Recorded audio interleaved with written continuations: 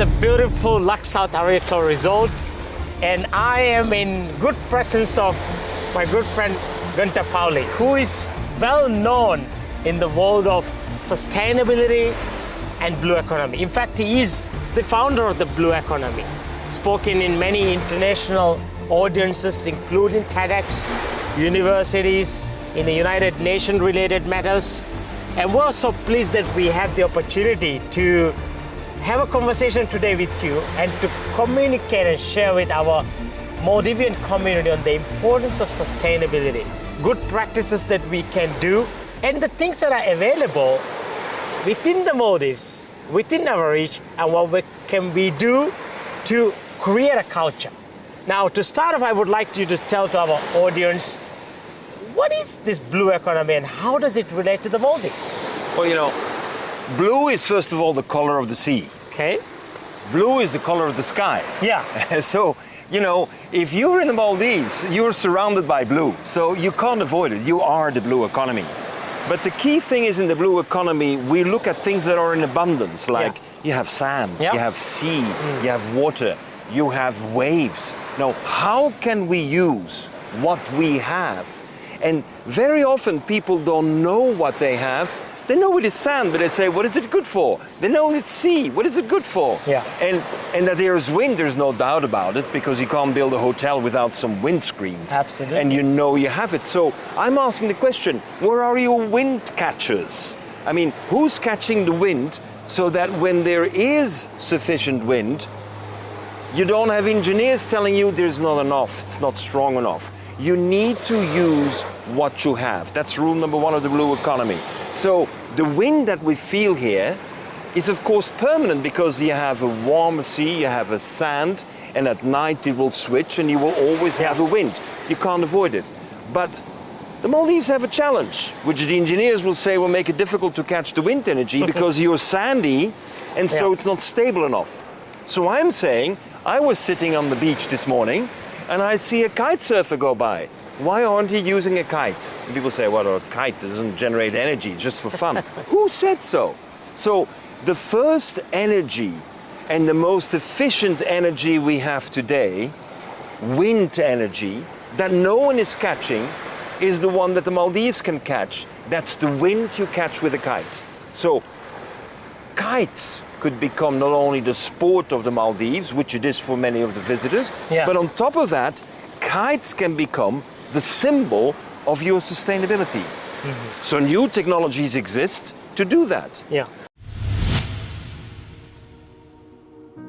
It is a simple fact.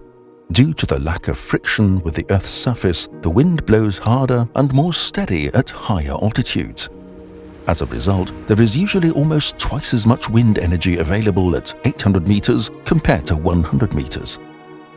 A key technology used to generate energy from high-altitude wind is large and fully automatic towing kites. SkySails Power is developing wind energy systems based on the well-known SkySails technology. For the first time, the enormous energy potential of high winds can be used on an industrial scale. They are so-called airborne wind energy systems. The globally patented SkySails Power System consists of 5 main components: a free-flying power kite on a tether, a launch and recovery system, an automatic control system, and a generator for producing electrical energy in a rotating ground station. For takeoff, the folded power kite is lifted out of storage. It is then positioned to takeoff height at the launch and landing mast. The inflowing air unfolds the kite to its full size until it is launched. Then, a winch extends the tether until the kite reaches its operational altitude of 200 to 800 meters. The kite unwinds the tether from the winch that is connected to a power generator. Energy is generated. To increase the pulling force and the system's energy yield, the kite is flown in figures of 8 during this so-called power phase.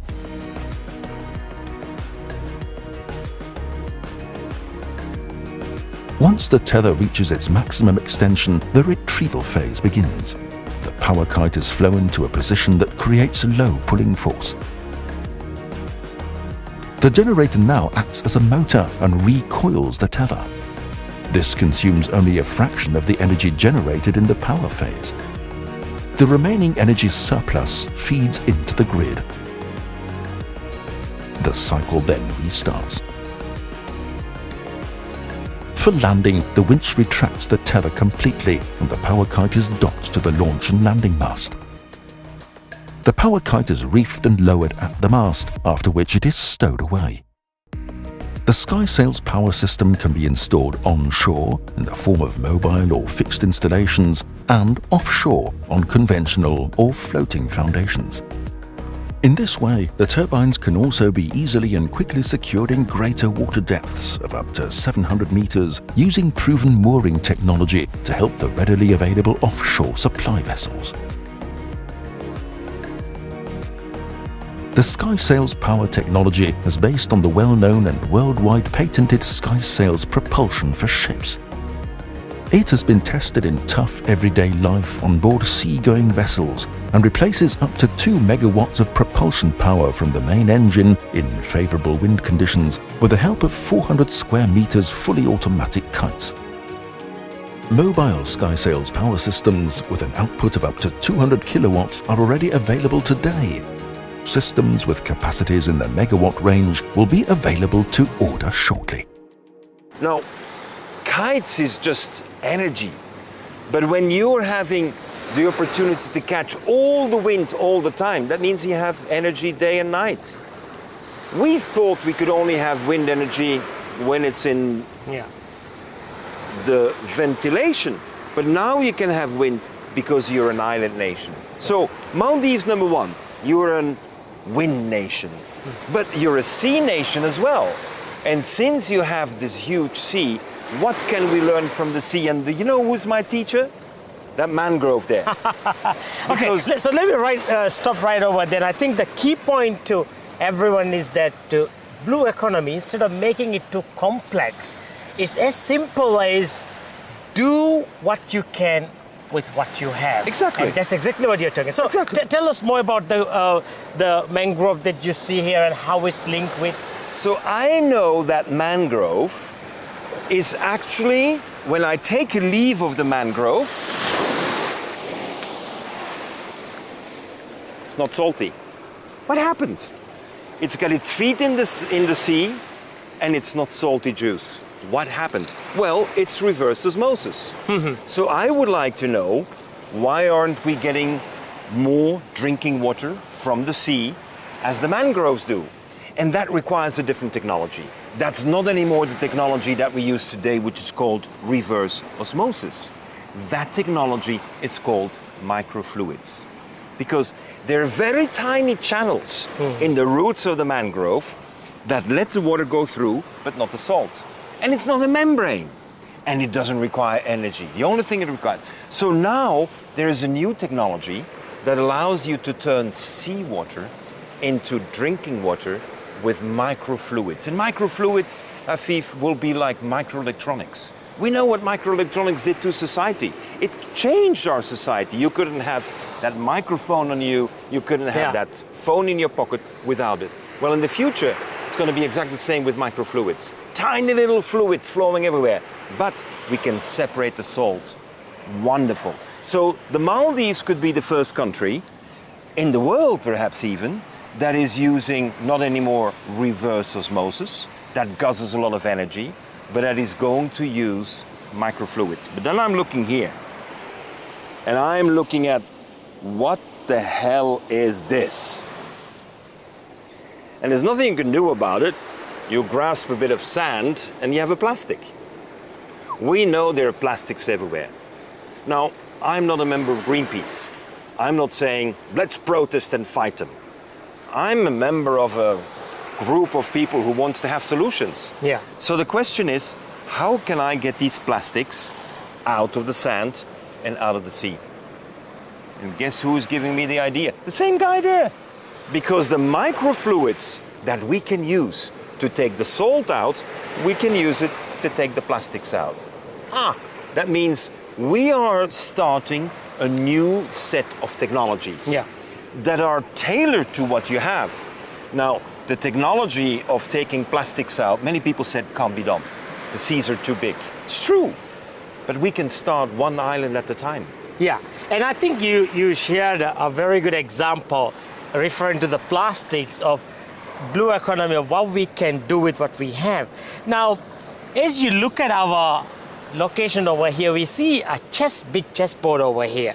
Let's walk over there. Now, chessboard teaches a lot about strategy, playing chess. I'm not a very good chess player, in fact, but are you good at playing chess? I'm good at looking at people playing chess. So this tells us a lot about the strategy. And while we are just over here, what do you think is the short-term or the long-term strategies that we can apply as islands, not just as a whole nation? Because I think the change has to start from one community at a time, one island at a time, and then it needs to compound along the way. So give us an example of a simple strategy that a small island in the Maldives can apply when it comes to this blue economy based on what is available for them. Because what you find in a resort may be different to what you may find in a local island. So the first thing is, of course, you ask yourself the question, not what can I do? You ask the question, what do I need? Mm-hmm. What do we need here? And of course, if you're on an island, you need water. Yeah, for sure. You need power. Yeah. So don't think about artificial intelligence first. Yeah. Don't think about microfluids and microelectronics industry second. No. Think about what do I need here and now so that the basic needs of people are met. And, I was very impressed when I arrived here at Lux a couple of years ago and now back. You're using a lot of the herbs that are locally grown. Yeah. You are using a lot of the ginger and the lemongrasses that all come from here. And it's a tiny little first start. But the key is you start discovering what you have. Now, I tell you very clearly, I see people moving sand around because you got a lot of sandbanks, and that's one of the issues. Yeah. If you want to keep seas available to the boats, you need to dig it out and you need to move it. And if you want to protect, now what do you do with sand? And the question is, well, today people will just throw it overside, and I'm saying no. You can turn it into paper. You're saying sand into paper? Yeah, sand can be turned into paper because your sand is a very unique sand. It's made from corals. Yeah. And corals is calcium carbonate. I mean, you have actually a paper factory standing right here. We're standing on a paper factory. We're standing next to a library. But only if we know, right? That's exactly the message we want everybody to get through this, because we have this available, this resource available everywhere. You look around, sand is everywhere. And I think we're talking about a local island, and in local island, this is something which is available.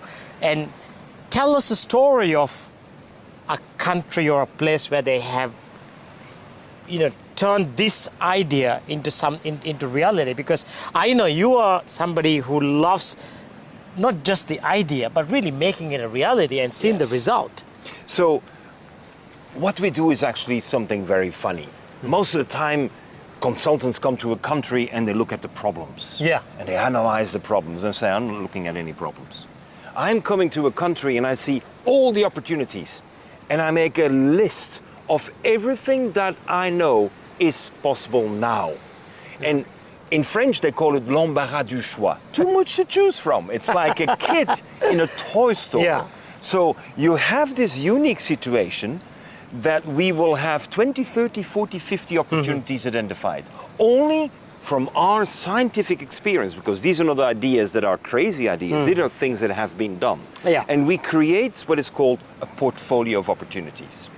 The portfolio of opportunities is then brought back to the people and say, did you realize that? Have you ever imagined so? Could a kite be your new source of energy? Could you have drinking water from the sea? Yeah. Could you be a hydrogen nation? And most of the people say, no, it's too expensive. Why do you think it's too expensive? Why have you decided it's not possible? So what we're looking at is this opportunity to create a portfolio of opportunities. And then any opportunity that responds to the creation of jobs, new jobs, that secures that there is sufficient water. Yeah. That means you can enjoy local food. Any activity that will secure you have comfortable housing. You have an architecture that gives you no heat inside, but really flow of air inside. Yeah. You know, when you add all these opportunities together, people see a different future. I give you an example. Yeah. You know, one of the first initiatives we took on the coast of Colombia towards the Pacific side, Pacific Ocean. When we were looking at there, people were complaining to me, we have no cell phones. Cell phones don't work. We don't have enough antennas.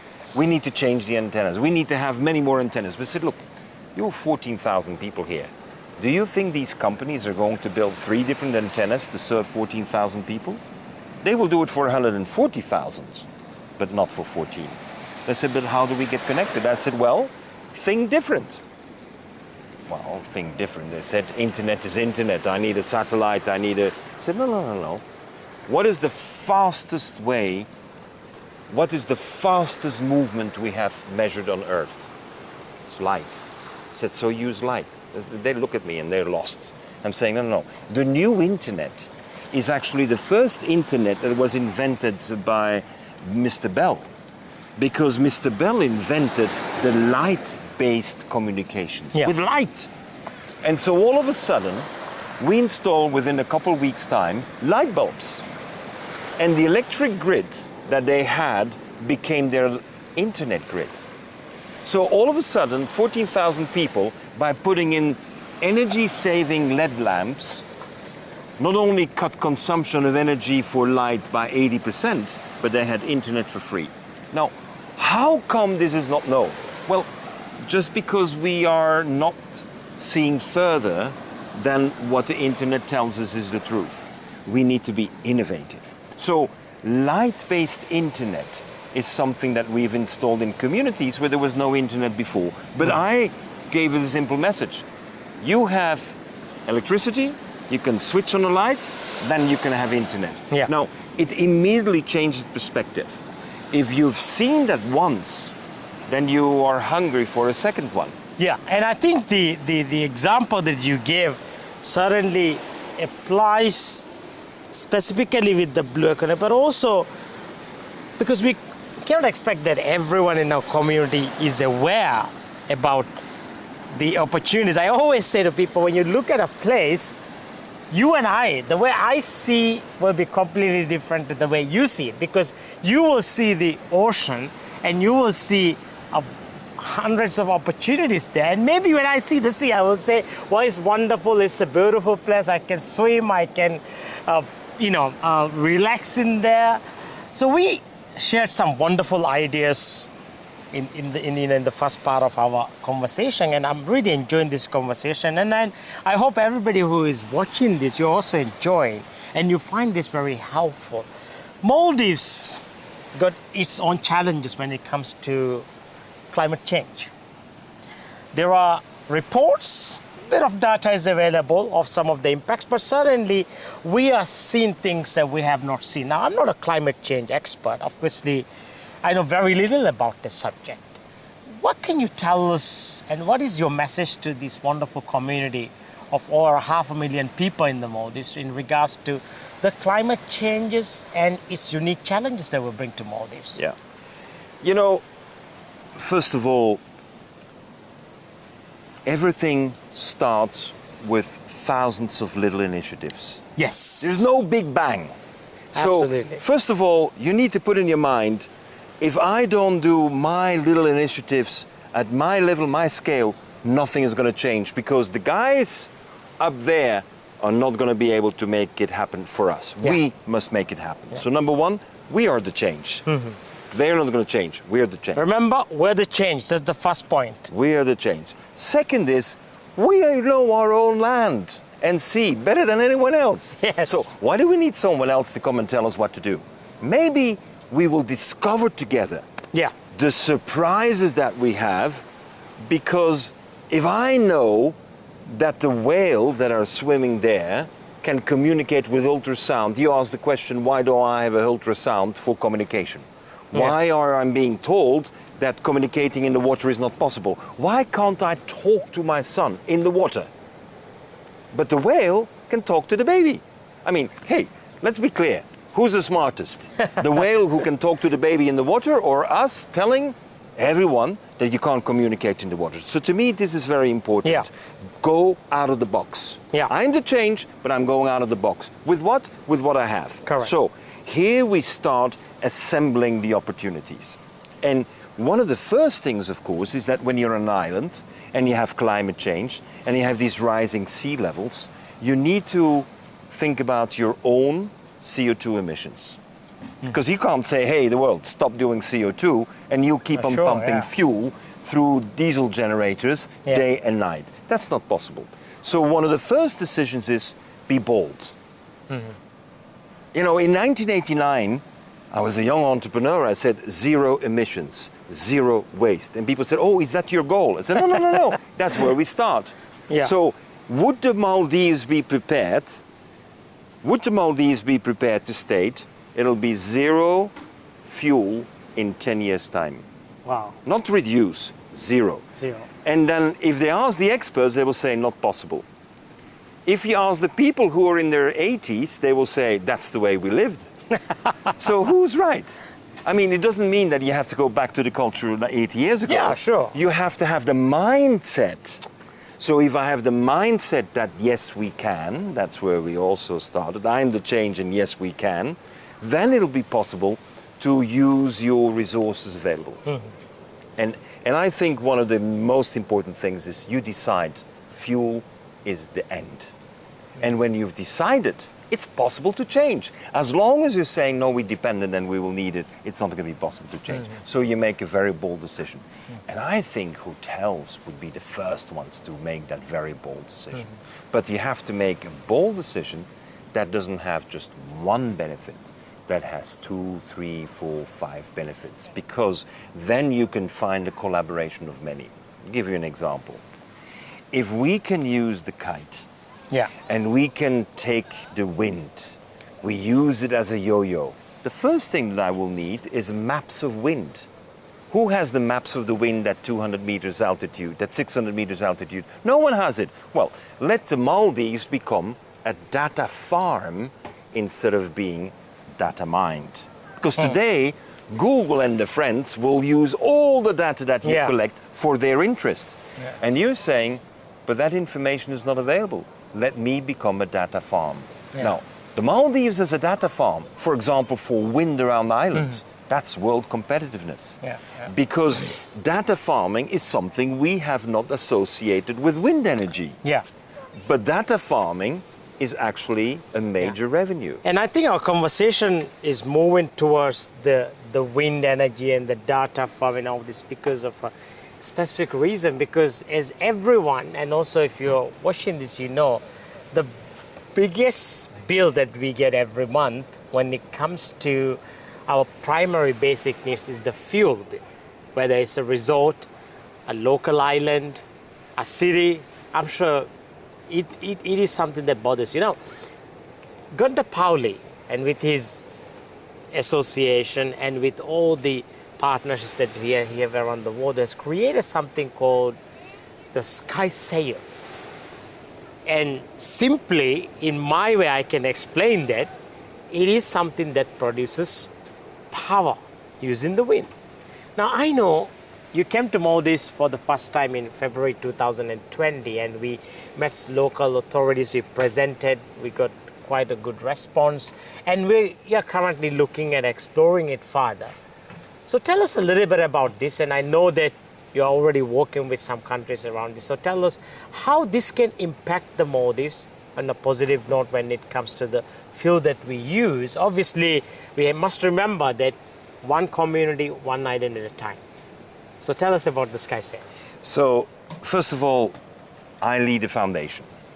And our foundation is there to stimulate entrepreneurs to take initiatives. Okay? We're not here to change the world. We're here to share how everyone can jointly change the world. So the kite has this incredible advantage that once it's caught the wind.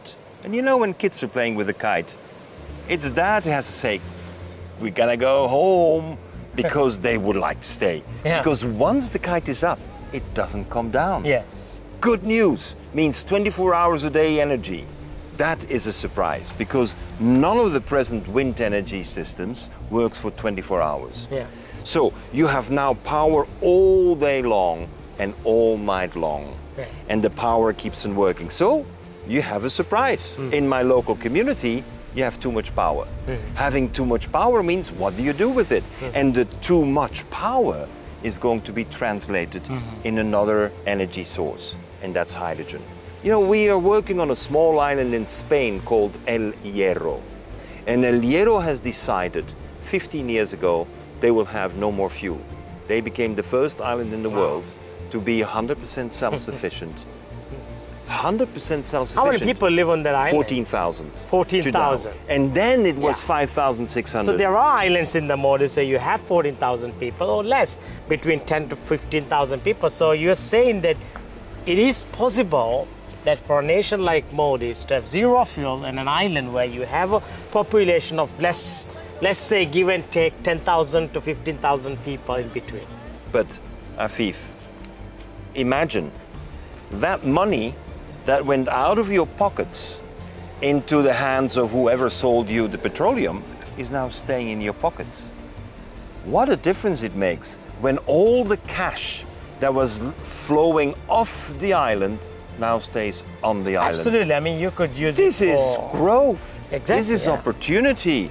And so the first thing that you realize is we're going to have more cash on the land. Yeah. Now, that is good news. So first we didn't have energy, now we have too much energy. Now we didn't I think have also cash. better news is that money you could actually invest on the people who are living on the Exactly. island. Exactly. Whether it's for their human resource development, the schools, the library, rather we have classes that teach us about these things. What do you think is the budget of fuel for the Maldives? How much cash goes out of Maldives in order to pay for the fuel that you're burning? Well, I have no specific figure, but I can tell you it is one of the most expensive bills that the state have to bear at every month. Imagine. And of course, even the taxpayers. Imagine in 10 years' time, all that cash stays in the Maldives. Yeah. You can build artificial islands, floating islands every year with that money. Every year. So what I think is important is that innovation is not only there to clean the beach. Yeah. It's not only to take CO2 out of the air, it's to develop the economy. And that is the real blue economy. The real blue economy is where we succeed in creating growth locally with what is available, generating massive value, and create what young people want to have, the new jobs. Wow. I mean, I am impressed with how simple the idea of blue economy is, yet people out there at times make this sounds like the most complicated, innovative activity that one can do. And my hope is that to everybody who have listened to the video that we just did and the conversation of you and me, that they understood what blue economy is, some of the initiatives that we can do. Now, as we are coming to the end of our conversation, and this is your second visit to Maldives, and during this time we will also have a good look into Malé, we'll visit a couple of local islands, we'll look at what opportunities we can serve the community. What is your message to the Maldivians who are in this country, or anyone who lives in our country, on an individual level, what contributions that they can make to live with this idea of blue economy? Look, the Maldives is in the periphery. It's not the center of the world. Yeah. But change always comes from the periphery, Yeah. because the center doesn't want to. So Maldives has everything ready to be a change center. And you know, we remember when there was a Council of Ministers in the water. Yes. You know, and everyone of the world was looking at it. Now let's do that with something that changes the reality on the ground. But there is a very simple message that I would like to add to it. Yes, please. You need to inspire people, especially the young people. And that is one of the reasons that we took the initiative that every day we tell a great story to the children. Storytelling. You know, we can't bombard kids with videos, TikTok, YouTubes and so on. We need to tell a great story every day.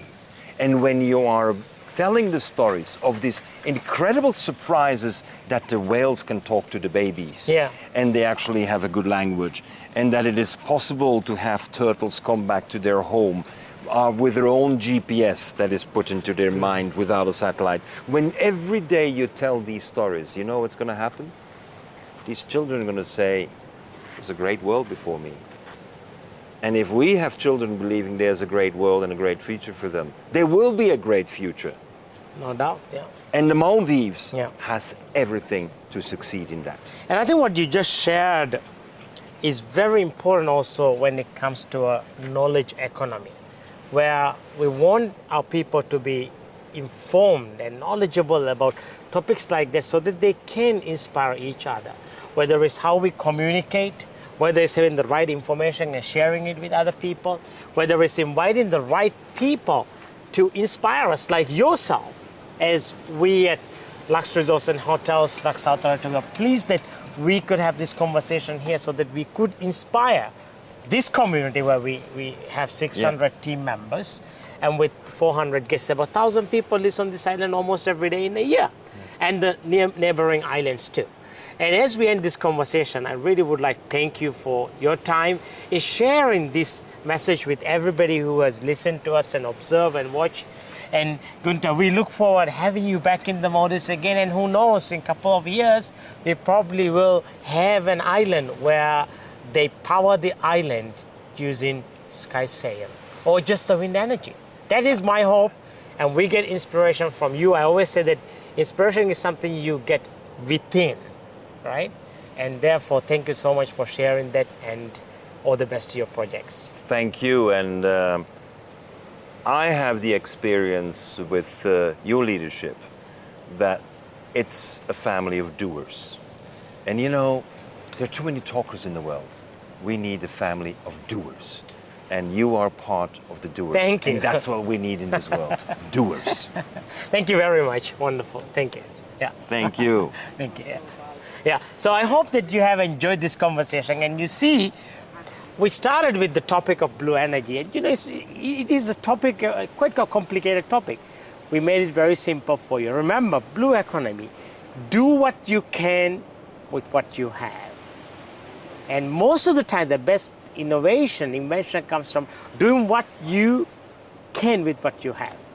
Take that message and share this message with anyone that will be of interest. Thank you.